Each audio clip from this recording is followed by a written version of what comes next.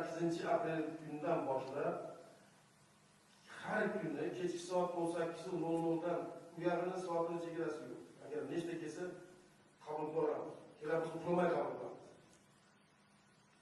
Tadbirkorlik faoliyatini yo'lga qo'yaman degan fuqarolarimiz, andijonliklarimiz bo'lsa, tadbirkorlik faoliyatini yo'lga qo'yib, bugun shu faoliyatda qiyinchiliklar uchrayotgan bo'lsa, qanaqadir yo'ldan, suvdan, gazdan, elektrdan, bozordan, kreditdan, aylama mablag'idan, foizidan, yana boshqa narsadan qiynalgan, faoliyat olib borishga to'sqinlik qilayotgan muammoli masalalar bo'lsa, qabul qilishga, eshitishga 24 soat men va meni atrofimdagilar tayyormiz.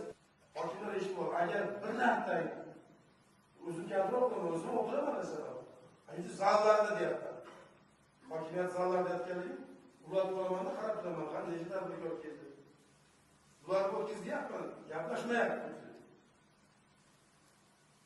Shuning bu yerda nazorat qilib olaman men. Hokimiyat zali qanday nechta odam keldi, nechtasi bilan gaplashyapti, nima qilyapti.